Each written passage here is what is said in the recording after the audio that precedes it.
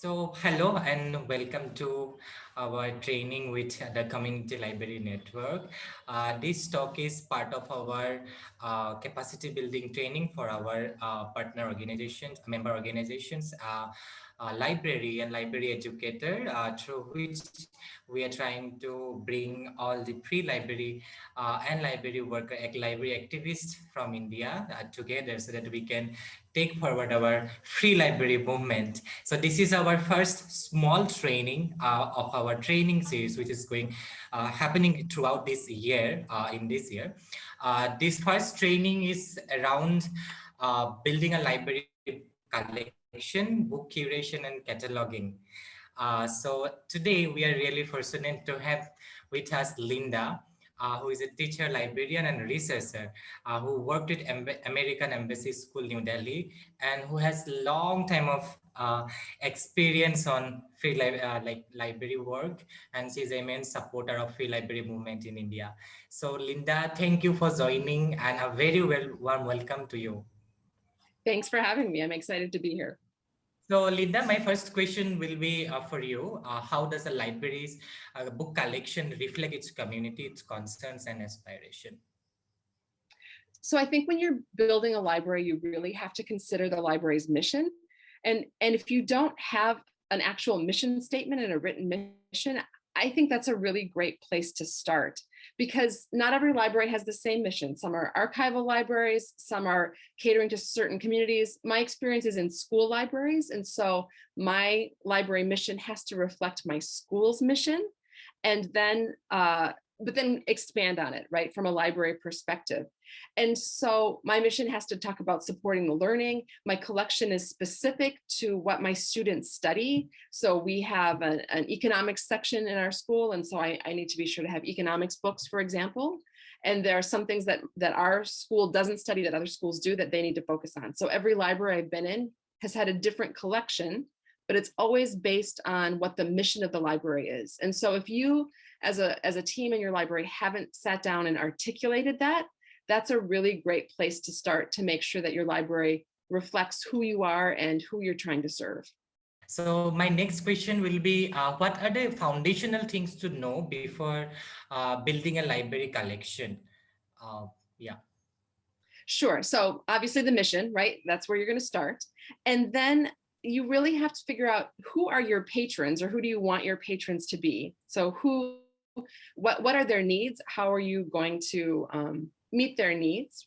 And then how many patrons do you expect to have? So take a look around at your community and realistically talk to other libraries that are in similar communities and see what percentage of the neighborhood becomes your patrons. So try to have a number, a target number.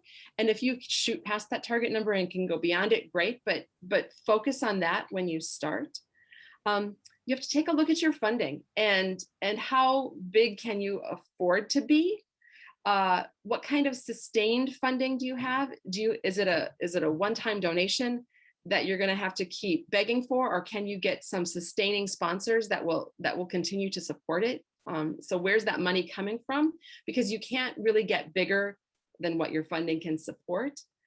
And then think about, you are always rebuilding a library, and the age of your collection is, as soon as you stop adding new books, your collection starts aging and it will be less and less useful and your library becomes less and less relevant. And so think about how can you either save some of the initial money if you don't have money continuing to come in, or what are you going to do to continue to sustain your library? Okay, so thank you. Since you were talking about like donor patrons and all, I want to ask another questions here. How do we manage donor interest with reader requirements? And do we really need to have a donation policy, like be it individual donor or institutional? Sometimes what happened to our library, just random books also come like from maybe individual donor or some organizations. So, and which do not really fit into our collection. So in those scenario, what can we do? Yeah, it's really important to have a donation policy so that you can say, any librarian can say, here's what we will and won't accept. I had the luxury of space at the school I previously worked at. And so my donation policy said that we will accept all donations And only a few of them will come into the library. The rest we will put on a used book sale, which would go to fund. We actually sent the funding to the Community Library Project in Delhi. Or we will find other libraries where they are repurposed, or some simply get recycled. Not every donation is a good donation. And people have this mistaken idea that everything, like every book is a good book. Well, it's not true. If the information is out of date, if the book is in terrible condition, it doesn't add to your library. So don't feel guilty or pressured into accepting books that don't fit your library, whether they're coming from individual donors or whether they're coming from corporate donors. You have the right to say, this is what we can take, and this is what we will, either we don't want anything else, or we will take them, and this is what's going to happen to them. Maybe you don't have the space to collect all of those and then find new homes for them. So maybe you don't want to take them at all. That policy can be very individualized depending on who you are. And with businesses, if businesses are donating books, publishers, that's fantastic as long as they're donating books that fit into your library collection. And maybe there's a relationship that you can build where you can say, this is the kind of books that are helpful to us, and this is the kind of advertising we can do for you, that this is a beneficial relationship for both of you. But never feel pressured to add something to your library that doesn't fit your collection or your community. Thank you, Linda. Thank you. This is so important what you have just explained. But before moving into the other question, I just wanted to pick up one thing from what you just explained now. You mentioned about not every book is good book. So it just, catch my mind that like, can you just share some tips to our library workers or organizations? Like, how do we, decide about like which book is good and which doesn't fit to us, like good book?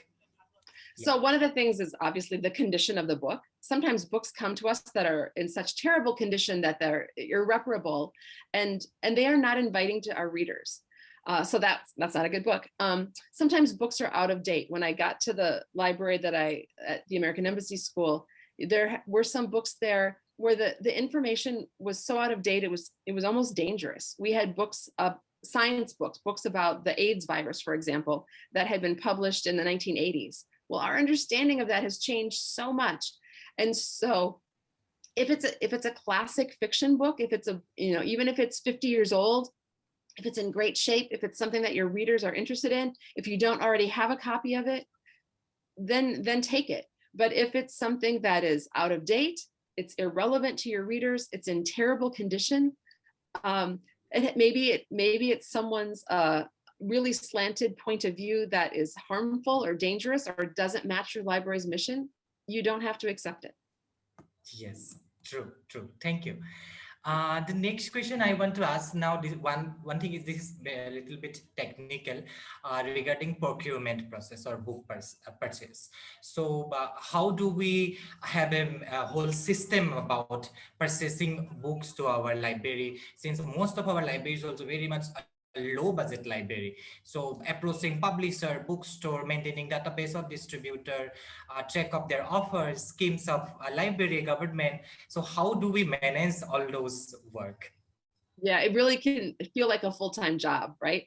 I think the more systematic you can be, the better. So if you can create a spreadsheet, either digitally or physically, of here's who here's who we know, here's their contact information, here's the last time we approached them, here's what we got from them, just to keep records of all of that. And then I really think the power is in the community library network, or a larger network, whether it's in your town or your community or your country, of other libraries trying to do the same thing. Share your resources, because there's really power in your numbers. And if you can approach the publishers and say, we are creating readers. We are creating readers across the country, across the community, and here's how you can help us. It benefits them and it benefits you. And so the more systematic you can be in your approach within your library, and then within a community of libraries, the better off you'll be. Honestly, I work in very privileged libraries, when I work in international schools, and we've started the opposite kind of spreadsheet where can we donate our good quality used books that that they will actually get used, because the community library project might need different books than this school or than this organization. And so keeping it on a spreadsheet in an organized way with details of the last time we contacted them, and here's what they took and here's what they didn't, is really helpful.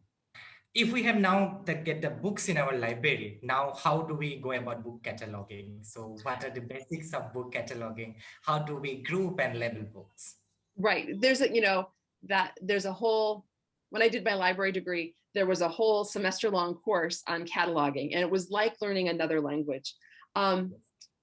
This answer is tricky depending on how big your library might become, and if you want to connect to other libraries. And so the standards that have come out of the US, but have been declared as international standards, are RDA for cataloging, and that's, I cannot teach you RDA in this next 5 minutes. It's, again, a semester long course.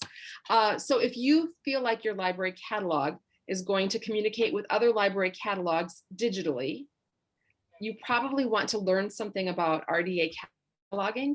And if you have a library cataloging system that you're not creating, right? If you have a system, I use Follett Destiny, some schools use Oliver. I know that some of the community libraries use other systems. If those systems communicate with other libraries and other systems, then try to follow the standards as much as you can, because then you can import records. It saves you time. You can export records. You can share your knowledge. If you are a standalone library that doesn't have a computerized system that's going to communicate anywhere else in the world, then you're free to create your own system. And you can look at some of these other ones, but it doesn't need to be so technical. Think about trying to use common subject tagging so that if I'm tagging, maybe create a resource within your library so that if I'm tagging a set of, or if I'm cataloging some books and you're cataloging books, we are using the same terms. And so that will make it easier to find. Maybe you don't even have the ability to add subject terms or keyword terms. Maybe you're just looking at author, title, publisher, copyright year, and doing a basic spreadsheet in Google Sheets, for example. That works too, as long as you define your set of characteristics within your library so that everyone who's doing the work does the same thing. As far as how you organize the collection, again, there's a lot to choose from. The libraries that I've worked in, typically school libraries in the US and at international schools, use the Dewey Decimal System. University libraries tend to use the Library of Congress system. I've been increasingly frustrated with the Dewey Decimal System because it's very racist, sexist, colonial. But instead of throwing out the whole system, I've chosen to modify it in the libraries where I am and change things so that they make sense. In our fiction collection, we separate the fiction out of Dewey and we organize it by genres, and with our students chose the genres that made the most sense to them. Picture books are separate. And for the nonfiction, often we are simplifying the numbers or regrouping, and that's really collection specific and, again, community specific. Everything comes back to who is your community and what do they need. And so if there's a topic that is our students study, but some of the books might be in the 300s in the social issues, and some books might be in the 900s in the social sciences, right? We'll put them together, give them a new number, label the shelf, and be done with it. I don't think anyone is particularly concerned about following the numbers in a way. It's about access for our students. So if the books that they're looking for, if Dewey has them scattered around the library, we'll create a collection, we'll put a number on it, and we'll put a shelf saying what this collection is about, or a shelf label. Yes, very well said, Linda. Thank you. You mentioned about like accessibility of students, definitely. And then it's very much contextual also with our library, and we can modify it. This is how you have explained. You have also modified it in your own way in your school need. So yeah, so in that case, because in our network, most of the library, maybe they do not have accessibility to computer and internet. So, but in that time, what do we do when we do not have digital tools? So the systems that libraries created before internet worked very well, right? And so we used to use a card catalog. So we would have index cards for each book. Sometimes they would have more than one card. Sometimes they were, or actually three, right? They would be organized by subject. They would have a set of cards organized by title and a set of cards organized by author. And so each book would get 3 cards, and that's how students could browse them that way. So if you wanted your patrons to be able to browse the collection, you could do that. If it's simply a matter of you trying to keep track of the books and when you've purchased them, then you could do a simple ledger, right? So, and create columns, and here's the book, and whatever information you need. Information that I find helpful is when it was acquired, along with the copyright year, because that helps me make decisions about weeding. Purchase price, if that's important to you, especially if you're being accountable to if you bought the book and you're being accountable to your sponsors, you could, at the end of the year, or whatever, you could say, this percentage of our books were donated. This is what was purchased. This is how much we spent on them. This is the average cost. So creating a ledger book works just fine. As far as circulation, the system of cards in the books, where the students, so the top of the card has information about the book, and the students or the patrons write their name, and you write the date it was checked out, and you file those cards. And when the book comes back, you put them back in the book and put it back on the shelf. It worked great. It worked great 50 years ago. It'll continue to work great. So now, if we can know about book circulation, like how do we manage circulation in our library? Like easiest way, and if you have some tips around it. Yeah, I really think if you can acquire them, the pockets in the back of the book with cards in them for students to sign is really the easiest way. You're going to want to set a circulation period that makes sense for the size of your collection, and also a circulation limit that makes sense for the size of your collection. Again, I worked in a privileged library, and so we didn't limit the number of books our patrons could take at a time. But I've been in other libraries where they could take 1 or 2, because otherwise there wouldn't be any books left on the shelf for others to borrow. And so just if the patron writes their name or their patron number, if you keep track of patron numbers and you keep all those cards and organize them, it's probably easiest to organize them by the title or the author of the book, so you can easily retrieve them. In the old days, we used to charge fines for overdue books or late books, and that is certainly not the case anymore.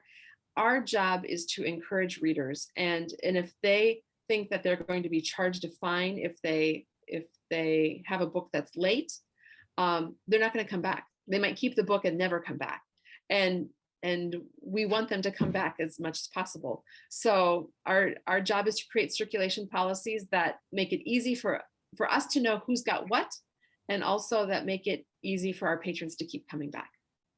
So I'm actually a bit greedy about learning. So when you just mentioned about increasing reader, our job is to increasing reader. I know this is a bit different from what we are talking today, but I just want to ask you something from your experience. Like, how do we think about when we really want to increase our reader? Would these children come again and they want to read and read? So do you have some tips, or from your experience you want to share something? This is out of question, I know, but I just wanted to ask you. Yeah, I think that especially if we're talking about children, they need to be invited into stories, and not all of them have a tradition at home of storytelling, or listening to stories, or reading stories, or examples of adults in their life that read stories. And so read alouds are a really great way to invite them in, so they can understand the power of story, because that's really where it is. Another thing that's really important is having things that they are truly interested in. So not just any books that are donated, but books that are inviting to your patrons, and letting them choose whatever they want. I am really against saying, oh, no, that's not your level. That's too hard for you. Or that's too easy for you. You can't check out that book. If their interest is there, then maybe they can't read the book, and maybe they're looking at the pictures, but they're still being invited in, and they're getting a few words. And so just a really welcoming approach of you are a reader, and what you want to read is valid, And we will help you find what that is. And if you haven't found it yet, we'll try some other things, but we want to help match your interest. As soon as you catch their interest, then the reading, they stop thinking about, oh, I can't read, or I can't read this, and they start getting interested in the story or the information.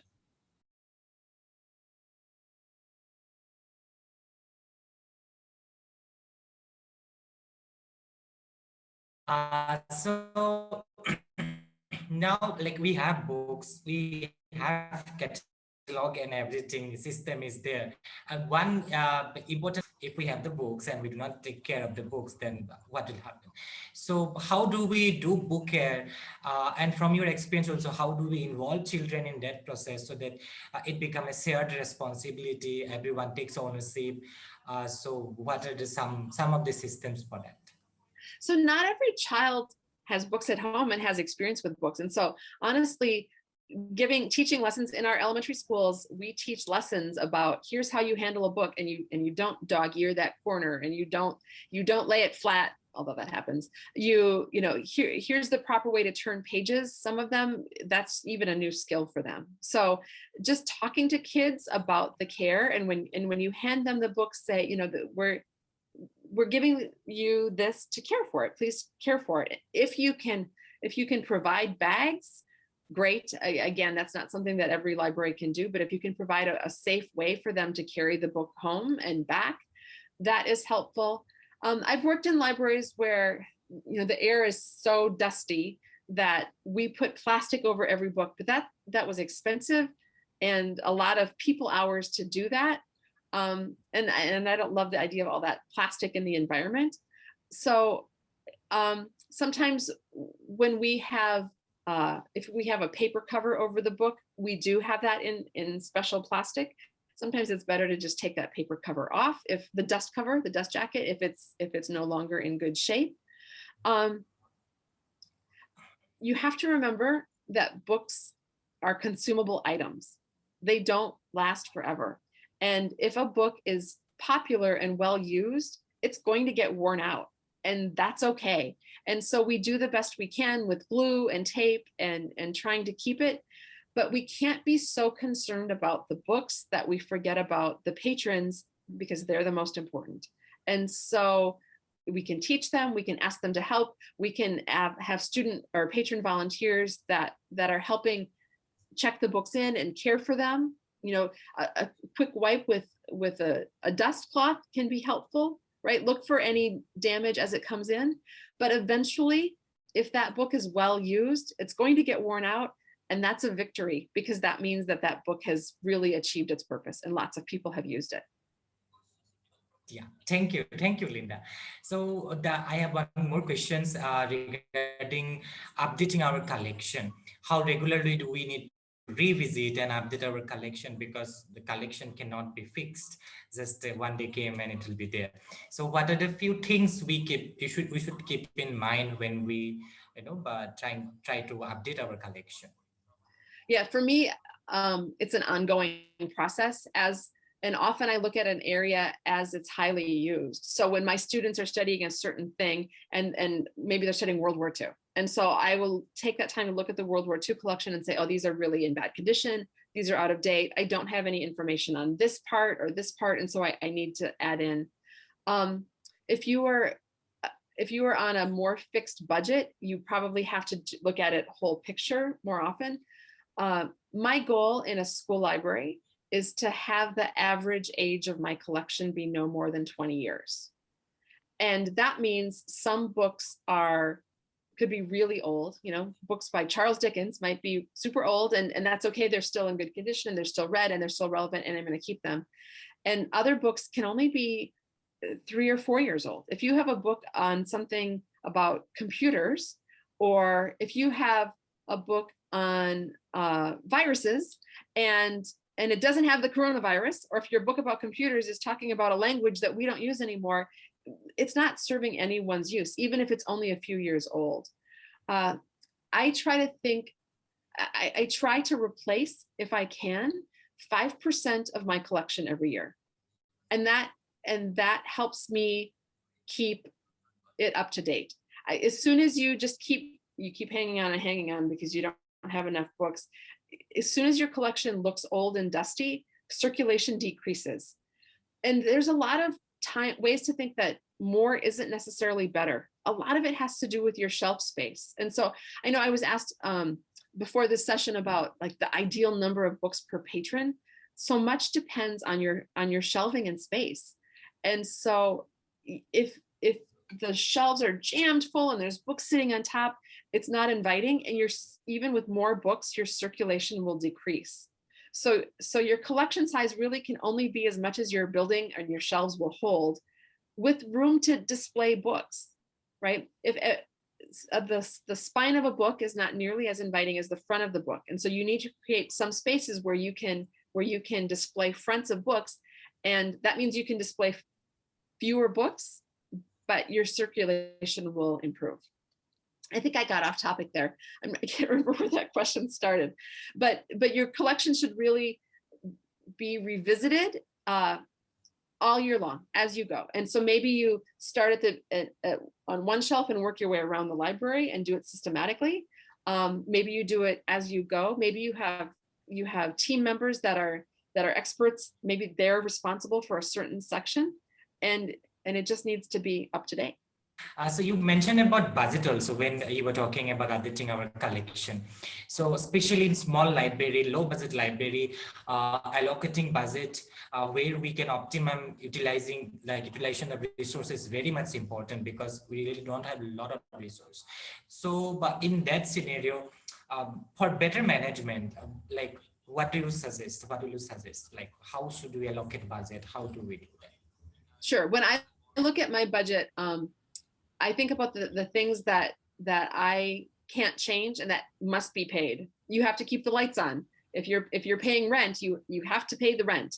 If you have staff members, you have to pay the staff members. And so all of the things that are inflexible get allocated for first. And then I look at, okay, here's the money that I have to build the collection. And here's my priority this year. So maybe I need, my picture book section is weak, and so it's a matter of building that up. And so I'm going to allocate a certain percentage of the money to that. And then this much of the money is going to be for just regular routine maintenance. And so that means we know that this is how much our books cost on average. So that means that we can afford to purchase X number of books. And so just to make sure that we're not so overeager that we buy all the World War II books and then realize that there are other sections that also need to be updated that are out of date. It could be that you focus on one section each budget cycle, or a few sections, or it could be we're going to spread that money out over the whole collection with one focus area. So again, it goes back to your mission that I talked about in the beginning. Who are you? What are you trying to do? And where do you focus? I know that big, beautiful art books are really expensive, right? But if that's really important to your community, then you need to make sure that some of that money is allocated for that collection. So true. Yeah. I just have one more last question. What do we understand with this term book ratio? Because should we have a standard book ratio for our library, for our readers? Like how do we define that, and what should be the standard form? And again, keeping in mind in our resources also, this is also one important thing. Yeah.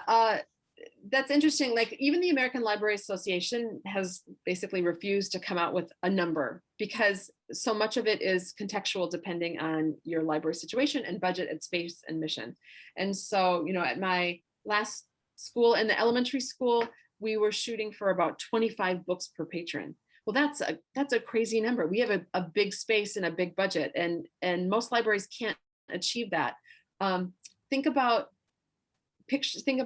picture books are shorter and faster, and so you probably need a larger percentage of picture books per patron than you do once they get to chapter books and novels and other things, because they go through them more quickly. There's no magic number, and I'm going to go back to, it goes to your library space, and more. It's better to have a small, well displayed, well curated, thoughtful collection than a large collection. And so bigger isn't necessarily better. It's about what are your patrons looking for? How much space do you have? How can you display them in a way that they can access them? And that's where you're going to hit that sweet spot of higher circulation per patron. Can I ask one question? Sorry. Sure. Yeah. Um, um, so my question is that it's about display in a library, and you spoke about the importance of having face covers up front so that they draw the members in. But how can we as librarians make the display exciting, inviting, but also open up new worlds for our members, introduce new things to them? So if you could talk a little bit about that. So a really simple thing is think about physical access. So if you're catering to small children, then the books need to be at eye level where they are at. For small kids, I really like the idea of book bins that they can reach. And so all the books are facing forward and they can flip through them. So if you can create some kind of box or bin that they can access, that is really helpful. For older patrons, I think about like having a shelf. I try to never fill my shelves more than 2/3 full, so that there's always space on the end for 1 or 2 books that I can stand up. And if you can get book stands, it helps them. It helps preserve the book. But even if you can't, I stand the books up on the end, and I'm always changing what books are there. So if a book has been sitting there for a couple of weeks, and no one's looked at it, I choose another book to display. It's always a delight to me to see which display books get taken, because they often get taken first. So changing your displays, making your displays again relevant for your community. If there's a holiday that's coming up and those books might be popular, you can display those books. So that's really helpful. There are ways to create book stands that are inexpensive. If you can't, the commercial stands are kind of crazy expensive, but there are ways to use bookends and kind of stand books up that way. Sometimes I stack books like this instead, just in the middle of the row. That visual, especially if it's a series, that's a visual sign like, oh, there's something different going on here. And so that is helpful also. Yes, thank you. Thank you so much, Linda. Thank you for your time and thank you for coming and joining with us. Thank you. Thanks, it's my pleasure.